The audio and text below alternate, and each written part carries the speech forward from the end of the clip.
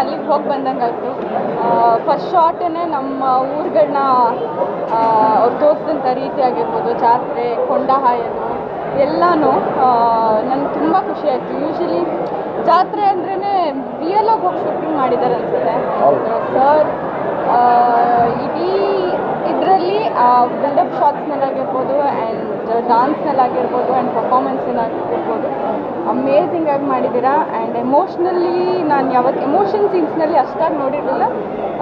ಇನ್ನು ಒಂದು ಕಣ್ಣಂಚಲ್ಲಿ ನೀರು ತರಿಸ್ಬಿಟ್ರು ಸತೀಶ್ ಸರು. ಸೆಕೆಂಡ್ ಹಾಫ್ ನಂಗೆ ಸಖತ್ ಇಷ್ಟ ಆಯಿತು. ಆ್ಯಂಡ್ ರಚಿತಾ ಅವರು ಕಣ್ಣಲ್ಲೇ ಆ್ಯಕ್ಟ್ ಮಾಡಿದ್ದಾರೆ ಅಂತ ಹೇಳ್ಬೋದು. And she was just act. ಇಬ್ಬರು ಪೇರ್ ಆಗಿ ತುಂಬ ಚೆನ್ನಾಗಿ ಕಾಣಿಸ್ತಾ ಇದ್ರು ಒಟ್ಟಿಗೆ.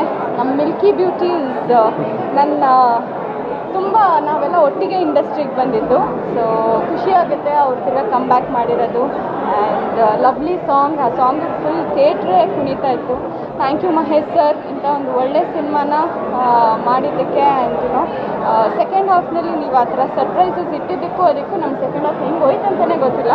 ಸತೀಶ್ ಸರ್ ಹೇಳಿದರು ಸೆಕೆಂಡ್ ಹಾಫ್ ಸಖತ್ತಾಗಿರುತ್ತೆ ನೋಡಿ, you will have lot of surprises ಅಂತ. ಸೊ ಒಂದು ಎಕ್ಸ್ಪೆಕ್ಟೇಷನ್ ಇತ್ತು, ಬಟ್ ಇಷ್ಟರ ಮಟ್ಟಕ್ಕೆ ಎಕ್ಸ್ಪೆಕ್ಟೇಷನ್ಸ್ ಇರುತ್ತೆ ಅಂತ ಅಂದ್ಕೊಂಡಿರಲಿಲ್ಲ. ಥ್ಯಾಂಕ್ ಯು ಸರ್, ನಮ್ಮ ಕನ್ನಡಕ್ಕೆ ಒಂದು ಒಳ್ಳೆ ಸಿನಿಮಾ ಕೊಟ್ಟಿರೋದಕ್ಕೆ ಥ್ಯಾಂಕ್ ಯು ಸೋ ಮಚ್. ನಿಮ್ಮಂಥ ಪ್ರೊಡ್ಯೂಸರ್ಸು ಇನ್ನೂ ಜಾಸ್ತಿ ಬರಬೇಕು. ಹಾಗಾಗಿ ಈ ಥರದ್ದೊಂದು ಪ್ಯಾಷನೇಟಾಗಿ ಸಿನಿಮಾ ಮಾಡಬೇಕು ಅಂತ ಹೇಳೋಕ್ಕೆ ಇಷ್ಟಪಡ್ತೀನಿ. Thank you. All the best to Ayogya.